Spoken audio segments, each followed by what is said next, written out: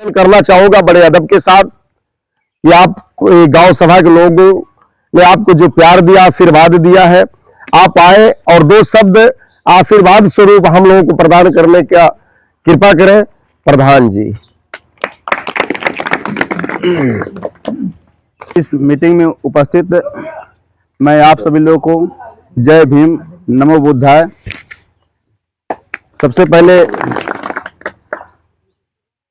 मैं अपने क्षेत्र के पूर्व ब्लॉक प्रमुख बड़े भाई राम नयन निर्दोष जी का हार्दिक स्वागत अभिनंदन करता हूं।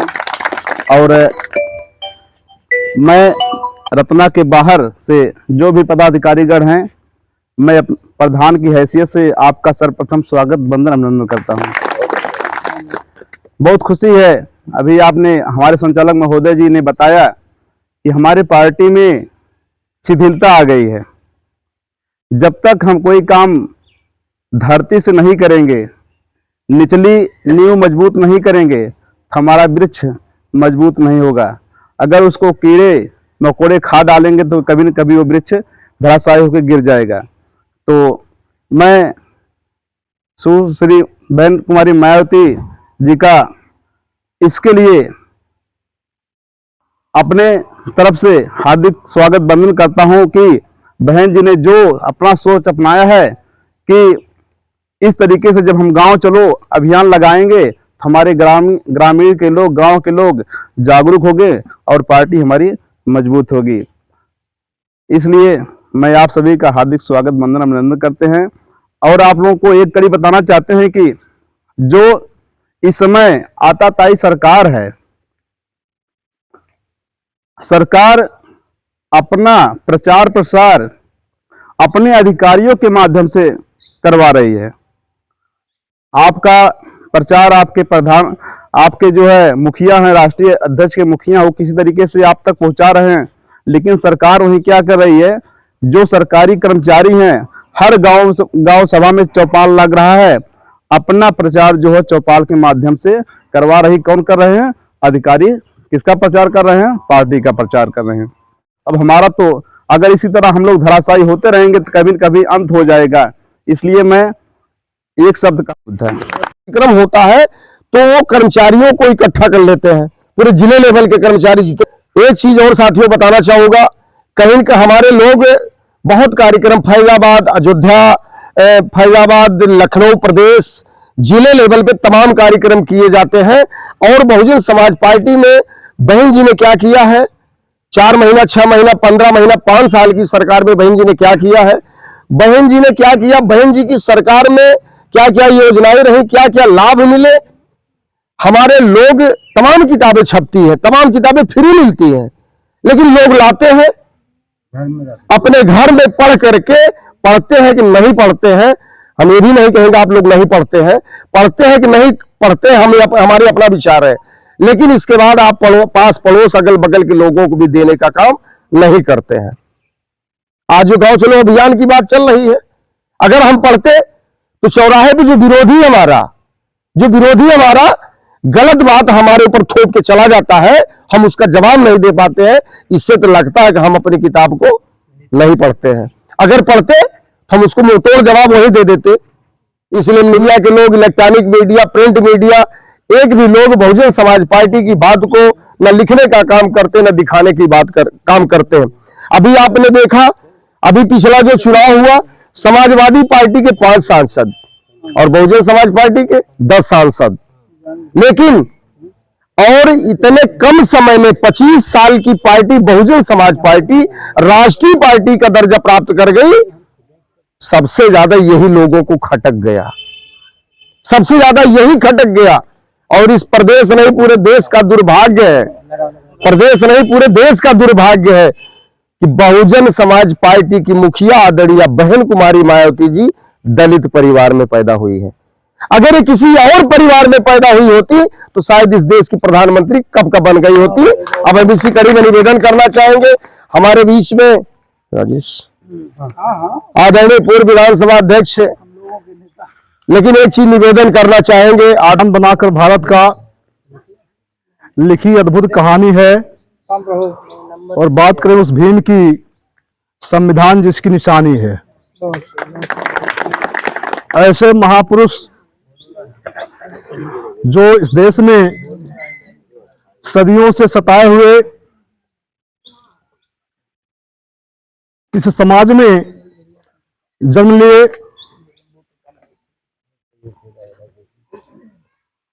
करोड़ों करोड़ों दलितों, शोषितों, पीड़ितों के रहनुमा, इस सदी के महानायक भारत रत्न बोधिसत्व बाबा साहब doctor B are Ambedkar ji, बाबा साहब के सच्चे अनुयायी, जिन्होंने इस देश में इस सताए हुए समाज के हक के लिए सोती हुई कौम को जगाने का काम किया। DS4 बाम से बहुजन समाज पार्टी के संस्थापक माननीय कांसी राम साहब के चरणों में कोटशा नमन करते हुए, वंदन करते हुए, हमारे इस बहुजन समाज में समय समय पर जन्मे हुए सभी संतों, गुरुओं, महापुरुषों के चरणों में कोटशा नमन करते हुए, वंदन करते हुए, इस सेक्टर रत्ना बुद्धनगर की जो गांव चलो अभियान के तहत जो बैठक बुलाई गई है, इस बैठक में हम सबके बीच में उपस्थित हैं हमारे भियां ब्लॉक के पूर्व प्रमुख, वर्तमान में फैजाबाद मंडल के जोन प्रभारी, परम सम्मानित भाई राम ने निर्दोष जी। मैं आपका अपनी तरफ से स्वागत, वंदन, अभिनंदन करता हूं। साथ में हम सबके बीच में बैठे हुए हैं फैजाबाद मंडल के पूर्व प्रभारी, वर्तमान में विधानसभा के सचिव, परम सम्मानित भाई तिलकधारी गौतम जी। हम सबके बीच में बैठे हुए इस विधानसभा के सम्मानित अध्यक्ष भाई हमारे छोटे राज बहादुर जी। इस कार्यक्रम का कुशल संचालन कर रहे बहुजन समाज पार्टी विधानसभा के सचिव, परम सम्मानित भाई अनिल शर्मा जी। हम सब के बीच में बैठे हुए बहुत ही पुराने साथी, जब इन बुजुर्गों के तब नौजवान थे, आप सबके नेतृत्व में जब बहुजन समाज पार्टी का उदय हुआ, तब से हम सबके बीच में माननीय कांसी राम साहब के नेतृत्व में काम कर रहे हमारे बड़े भाई पतिराज निषाद जी। हम सबके बीच में बैठे हुए हैं इस सेक्टर के सम्मानित अध्यक्ष भाई पारसनाथ जी। हम सबके बीच में बैठे हुए चयन प्रक्रिया जियोग्राफी के माध्यम से इस कार्यक्रम का संकलन कर रहे हैं, जिसको ये संकलन करने के बाद सोशल मीडिया पे, फेसबुक पे, मीडिया पर डालने का काम करते हैं और इस आप सबकी बैठक को हमारे छोटे बड़े नेताओं तक पहुंचाने का काम करते हैं, समाज में पहुंचाने का काम कर रहे हैं भाई छोटे भाई विजय प्रताप जी। हम सबके बीच में बैठे हुए सभी सम्मानित नौजवान साथियों, पिता तुल्य बुजुर्गों, हमारी बहादुर माताएं बहनें, मैं सभी लोगों का अपनी तरफ से हार्दिक वंदन अभिनंदन करता हूं। मैं इस कार्यक्रम में थोड़ा सा लेट आया तो हमारे साथियों ने बहुत सारी बातें बताई, माननीय बहन जी के शासनकाल को बताया। उसके पहले कांग्रेस पार्टी की सरकार थी, फिर भारतीय जनता पार्टी की सरकार रही है, फिर समाजवादी पार्टी की सरकार रही है। सारे सरकारों का आप लोगों ने कार्यकाल देखा है। इसके पहले जितनी भी सरकारें थी, उस सरकार में हमारे समाज का कहीं से कोई सम्मान नहीं था, स्वाभिमान नहीं था, कोई रोजगार नहीं था, शिक्षा नहीं थी, मतलब हर तरह से हम सताए हुए थे, हम पीछे किए गए थे। जब कांसी राम साहब ने बहुजन समाज पार्टी बनाकर हम सबको राजपाट की भागीदारी में काम किया, उनके नेतृत्व में माननीय बहन कुमारी मायावती जी की प्रथम बार जब सरकार बनी, तब हमको पता चला कि समाज में सम्मान, स्वाभिमान और रोजगार क्या होता है, शिक्षा क्या होती है। माननीय बहन जी के नेतृत्व में सरकार में 42 कल्याणकारी योजनाओं के माध्यम से आप सबको लाभ देने का काम किया गया, समाज में बराबरी पर लाने का काम किया गया। चाहे कृषि पट्टा रहा हो, चाहे महामाया आवास रहा हो, चाहे महामाया पेंशन रही हो, चाहे कन्या विद्याधन रहा हो, चाहे बैकलॉग के माध्यम से हम सबके समाज की SC-BC के लोग नौकरियां की बात रही हो, चाहे बच्चियों के शिक्षा की बात रही हो, चाहे विदेश में हर साल 20 बच्चे SC और BC के छांट कर विदेशों में, चाहे इंग्लैंड में, चाहे फ्रांस में, चाहे जर्मनी में, चाहे अमेरिका में, ये शासन के पैसे से माननीय बहन कुमारी मायावती जी हर वर्ष 20 बच्चों को विदेश में शिक्षा लेने का काम करते थे अपने खर्चे पर। इस प्रकार से तमाम योजनाएं चलाकर माननीय बहन कुमारी मायावती जी ने हम सबके जीवन को ऊपर उठाने का काम किया। जब बहन जी की सरकार जाती है, उसके बाद समाजवादी पार्टी की सरकार आई, तो उसके सरकार में आने के बाद सबसे पहले उन्होंने बहन जी के सारे कामों को खत्म करने का काम किया, बंद करने का काम किया। सबसे पहले उनकी आंखों में खटक रही थी जो 42 कल्याणकारी योजनाएं थी, जिसमें कन्या विद्याधन, जो बच्चियों के 1 लाख रुपए की बात रही हो, मुफ्त शिक्षा की बात रही हो, आवास पेंशन की बात रही हो, वजीफा की बात रही हो, बैकलॉग या सामान्य सेवा भर्ती के माध्यम से नौकरियां दी गई हो, इन सबको अखिलेश यादव जी ने खत्म करने का काम किया। जो माननीय बहन कुमारी मायावती जी ने अपने महापुरुषों के नाम से तमाम नए जिले बनाकर महापुरुषों का सम्मान बढ़ाने का काम किया, और सम्मान के साथ साथ जब नए जिलों का सृजन होता है तो वहां पे अधिकारियों और कर्मचारियों की नई भर्तियां होती हैं, उसको उन्होंने खत्म करने का काम किया। और जो जिले बनाए गए थे, या तो उन जिलों को मूलतः समाप्त कर दिया गया, और या तो जिस जिले को समाप्त नहीं किए तो उसका उन महापुरुषों का नाम बदल के दूसरा नाम किया गया। इस जिले को जब माननीय बहन जी मनाया, सारी बातें बताए, जिले को बनने के बाद कितना लाभ हुआ हम सबका, चाहे विकास की बात रही हो, चाहे काम की बात रही हो, जो भी बात रही हो, जिला बनाने के साथ साथ आपके जिले में मेडिकल कॉलेज, 300 सीटों का मेडिकल कॉलेज, वहां पर आपको अच्छी चिकित्सा की सुविधा, और वहां पर बच्चे जो हमारे समाज के अच्छे बच्चे हैं, जिसको डॉक्टर बनना है, वहां पर शिक्षा लेकर काम करते हैं, मतलब पढ़ाई होती है मेडिकल की। हमारा बच्चा अगर पढ़ता है, डॉक्टर बनना चाहता है, तो उसके लिए मेडिकल कॉलेज पीजीआई वहीं ने खुलवाया। हमारे बच्चे अगर खेल कूद कर आगे बढ़ना चाहते हैं, उसके लिए एकलव्य स्टेडियम बनवाया। हमारी बच्चियां ऊंची पढ़ाई करना चाहती मुफ्त में, तो डिग्री कॉलेज, राजकीय डिग्री कॉलेज बहन कुमारी मायावती ने खुलवाया। हमारे बच्चे इंजीनियर बनना चाहते हैं, चाहे कृषि विभाग से चाहे पॉलिटेक्निक विभाग से, उसके लिए पॉलिटेक्निक कॉलेज और कृषि इंजीनियरिंग कॉलेज, ये माननीय बहन कुमारी मायावती जी ने हमको आपको इसी जिले में भी काम किया। हमारे बेटे डॉक्टर बने, हमारे बेटे इंजीनियर बने, हमारे बेटे वकील बने, हमारे बेटे खेलकूद में स्पोर्ट्समैन बने, मतलब सारी सुविधा हमको आपको देने का काम की बहन जी ने किया। इसी प्रकार से विकास के सारे काम पूरे प्रदेश में बहुत तेजी से हो रहे थे, और विकास नहीं बल्कि विकास की धारा बह रही थी, विकास की गंगा बह रही थी। कानून व्यवस्था की बात ही मत पूछिए, कोई आपको नाजायज सताने का काम नहीं करता था, नाजायज अपमानित करने का काम नहीं करता था। हमारी बेटियां सुरक्षित थी, घर से स्कूल तक भय मुक्त होकर जाती थी, मुफ्त शिक्षा लेती थी, पुनः घर आती थी। इस प्रकार से चाहे न्याय की बात रही हो, चाहे कानून व्यवस्था की बात रही हो, चाहे शिक्षा, स्वाभिमान, सम्मान की बात रही हो, माननीय बहन जी के समय में आपको मिला। समाजवादी ने उस पर पलीता लगाने का काम किया। समाजवादी में बच्चियां असुरक्षित हो गई, सारी नौकरियां गायब हुई, जो वैकेंसियां निकाली उन्होंने वो कोर्ट में गई, आज भी फंसी हुई हैं। कानून व्यवस्था एकदम भंग हो गई थी, कोई भी सुरक्षित नहीं था।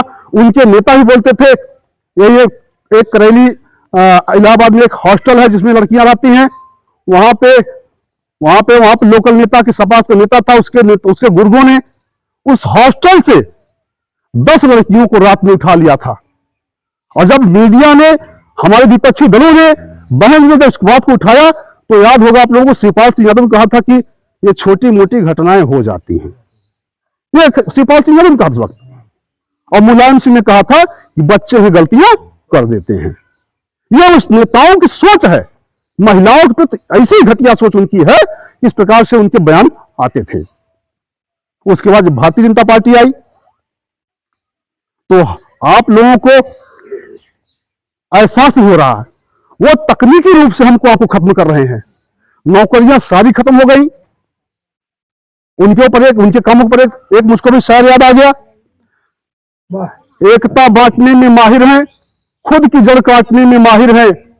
एकता बांटने में माहिर हैं, खुद की जड़ काटने में माहिर हैं, और हम क्या थूकें ऐसे शख्स पर जो खुद थूक कर चाटने में माहिर हैं। यह भारतीय जनता पार्टी की बात है। उन्होंने जीएसटी का विरोध किया, सरकार बनने के बाद जीएसटी लाए।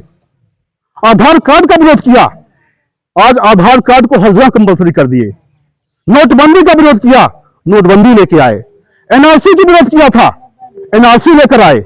कृषि बिल का विरोध किया था, कृषि बिल लेकर आए।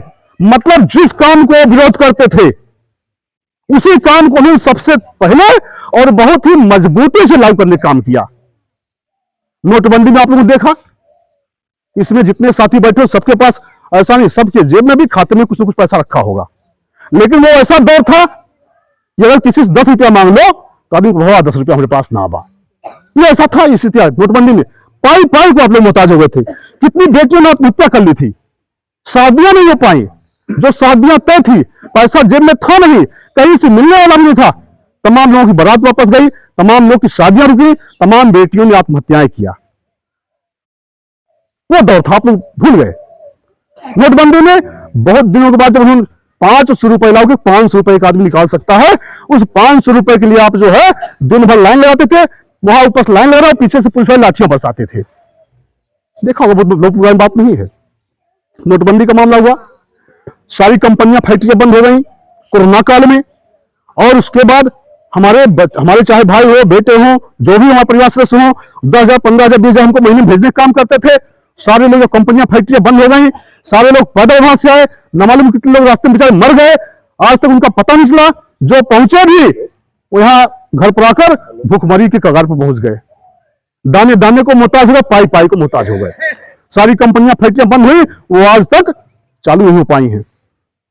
भ्रष्टाचार देखिए इनकी, ये कहते हैं जीरो टॉलरेंस की पॉलिसी लेकर आए हैं। भ्रष्टाचार नाम की चीज कहीं है ही नहीं। ये कहते भारतीय जनता पार्टी वाले कि हमारी सरकार में भ्रष्टाचार है ही नहीं, जबकि भ्रष्टाचार का ये आलम है।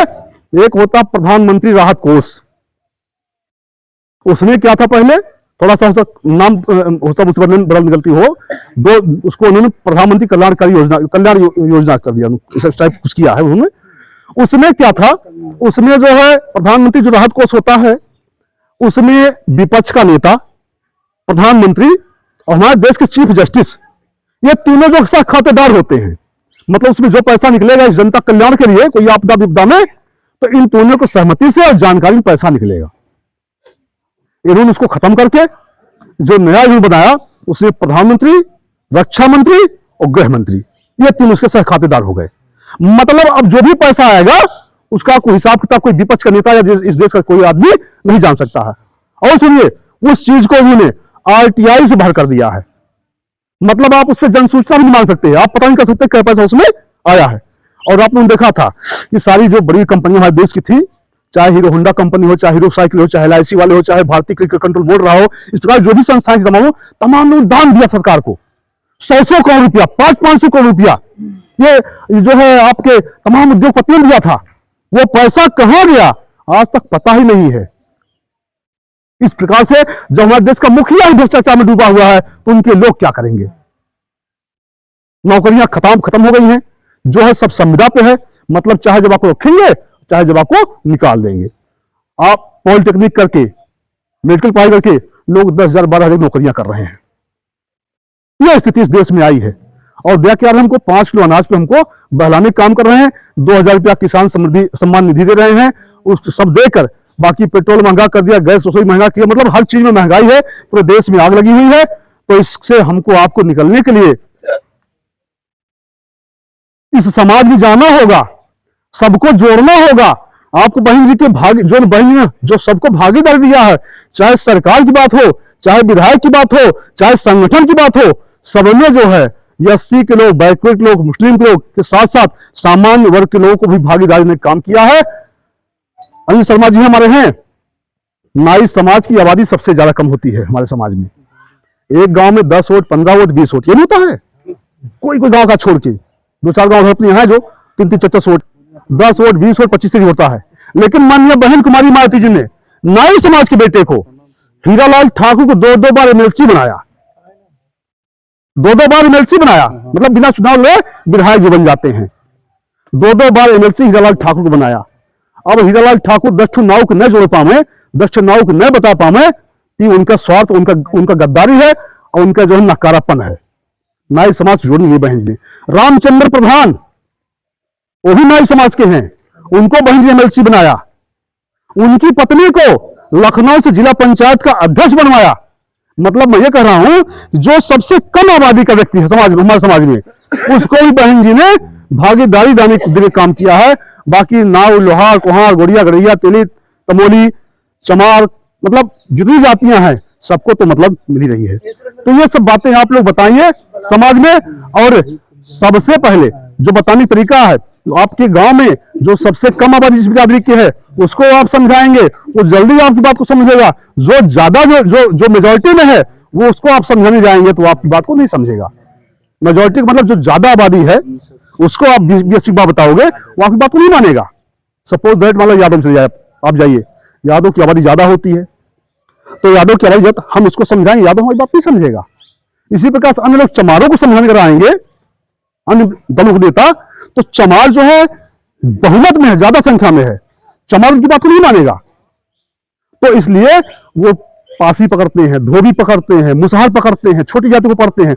उसी प्रकार से हमको भी, आपको लोहार, कुहार, गोरिया, गड़ेरिया, इस प्रकार जो छोटी जातियां हैं, कम जातियां हैं, कम संख्या में, उनको पकड़कर उनके पास बात करिए, बैठिए। उसके लिए आपको नेता, आपको कुर्ता पैजामा नहीं पहनना है, उसके लिए आपको मंच की आवश्यकता नहीं है। आप बैठ रहे हो, उनके पास सुरती खाने बाहर बैठ जाओ तो सुरती बनाती रही है, कितनी नौकरी रही है, हमरे बहन बिटिया इज्जत सुरक्षित रही है, हमरे बच्चन की फिल्म पढ़ाई मिलती रही, पढ़ाई होती रही है, वजीफा मिल रहा है। मतलब ऐसे टूटी फूटी भाषा में जैसे बताइए आप सब, वो बात को आपकी समझेंगे। उसी प्रकार से हमारी माता बहनें खेत में, बाजार में, रिश्तेदारी में अगर कहीं जाती हैं तो वहां अन्य समाज की महिलाएं मिलती हैं, उनसे जब दीदी बहनी का जब हाल चाल हो तो हाल चाल के बाद तभी जरूर कहा चाहिए, अरे दीदी, पूरा समाज, अरे बहन। इस प्रकार से टूटी फूटी भाषा में वजीफा मिलता हाल है, फ्री में पढ़ाइया होती हाल है, साइकिलिया मिलती हाल है, 25,000 रुपया मिलते हाल है। इस प्रकार से भैया सबसे बढ़िया तू है, सरकार वही सब वोट देवे चाहिए। आदमी से कहा 2 आदमी 4 आदमी बात जरूर समझी। तो इस प्रकार से आप लोग, आपने कहा है कि जिस समाज की सत्ता में या सियासत में भागीदारी नहीं होती है उस पर अनुशासन उनको उन पर शोषण होता है, अत्याचार होता है। और बाबा साहब अम्बेडकर ने कहा था कि जो समाज बोलता नहीं है वो उसकी संतानें गूंगी बहरी पैदा होती हैं। तो आपको बोलना चाहिए, आपको बात रखनी चाहिए और सबको लेकर साथ में, तब जो हमारा आपका सपना है, हम आप बहन जी को मुख्यमंत्री और प्रधानमंत्री बनाने का सपना देख सकते हैं। तो साथियों, समय कम मिला है और आप लोग बीच में बोलने की इच्छा थी, आप लोगों को देख के बोलने का मन करता है, लेकिन चूंकि एक मीटिंग और लगी है, हमारे नेताजी को बोलना है। एक बार पुनः आप लोगों का स्वागत, वंदन करते हुए अपनी बात को खत्म करता हूं। जय भीम, जय भारत।